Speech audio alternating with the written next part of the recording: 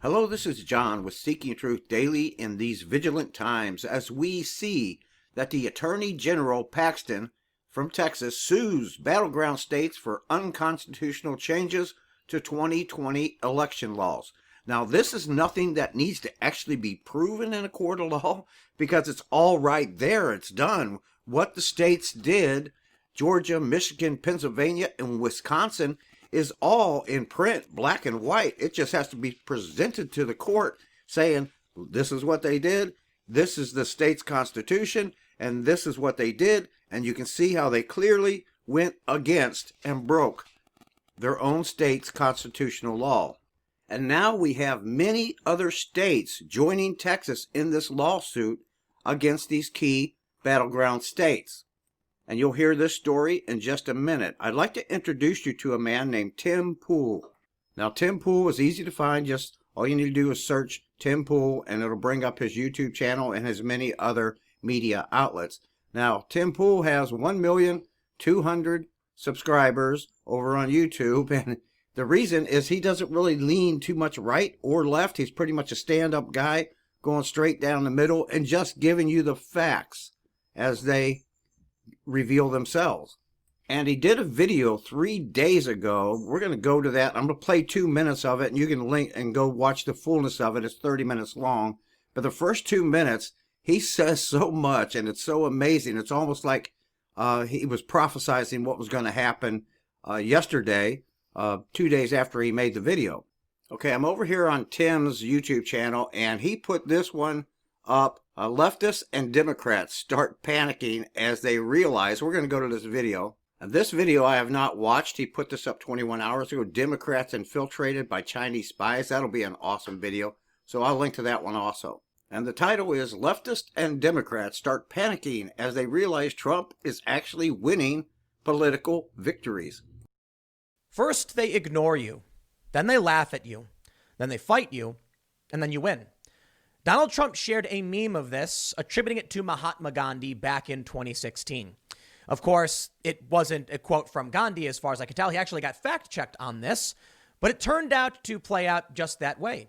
They ignored Trump, and they laughed at him, then they fought him tooth and nail, and then he won. And he wasn't supposed to, by all accounts. Now it seems to be happening kind of again. I don't know if it'll play out perfectly, but we are currently in the now they fight you phase. On November 3rd, there was an election. Donald Trump won that night. I should say he was leading that night. But they said, wait, it's a red mirage. You see, now we're going to count the mail-in and absentee ballots, and Joe Biden will likely win. And we saw that infamous bump where Joe Biden gained a ton of votes, putting him just above Donald Trump. After this, we sort of waited. And then on the 7th, they announced Joe Biden is the president-elect, says all the media. And Trump supporters started saying no and pushing back. And they were soundly ignored by the media and the left. Well, then we saw Giuliani give his famous press conference where his hair dye was streaking down his face. And they started laughing. Now they're starting to fight.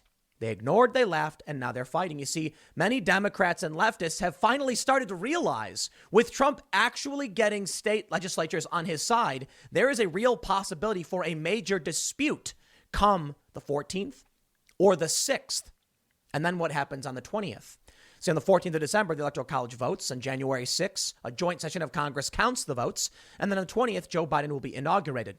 We're now starting to see the activist left try kind of take things serious, like, hey, wait a minute, Trump might actually win. Maybe you should have paid attention early on and not underestimated your opponent. 2 days later. But meantime, a big breakthrough for the Trump campaign. Several more states joining Texas in its challenge against the 2020 election. Last night, the U.S. Supreme Court ordered Pennsylvania, Michigan, Wisconsin, and Georgia to reply to the lawsuit filed this week by Attorney General of Texas, Ken Paxton.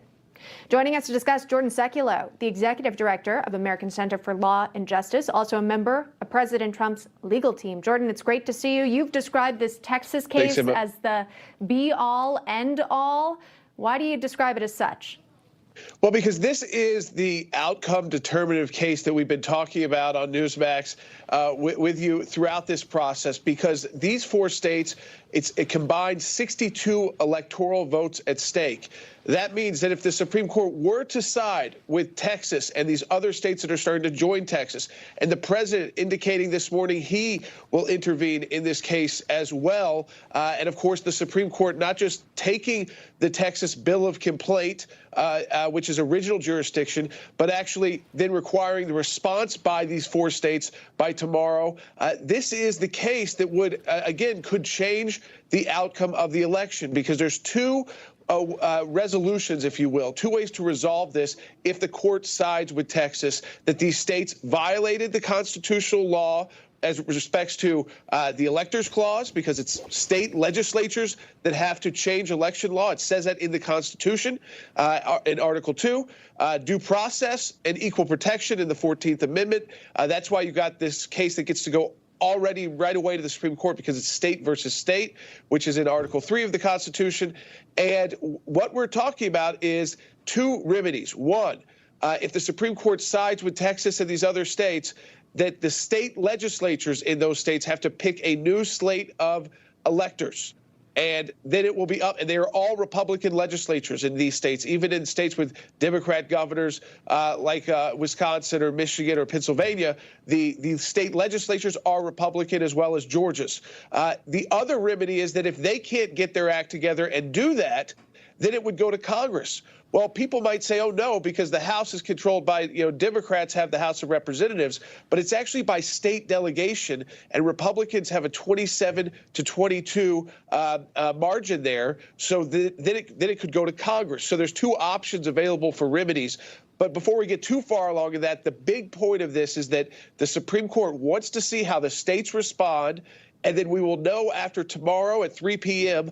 how again, the court is going to proceed. Will it proceed with more responsive briefing, or will they even come out with potentially a decision or some kind of order on how they'll hear argument in the case?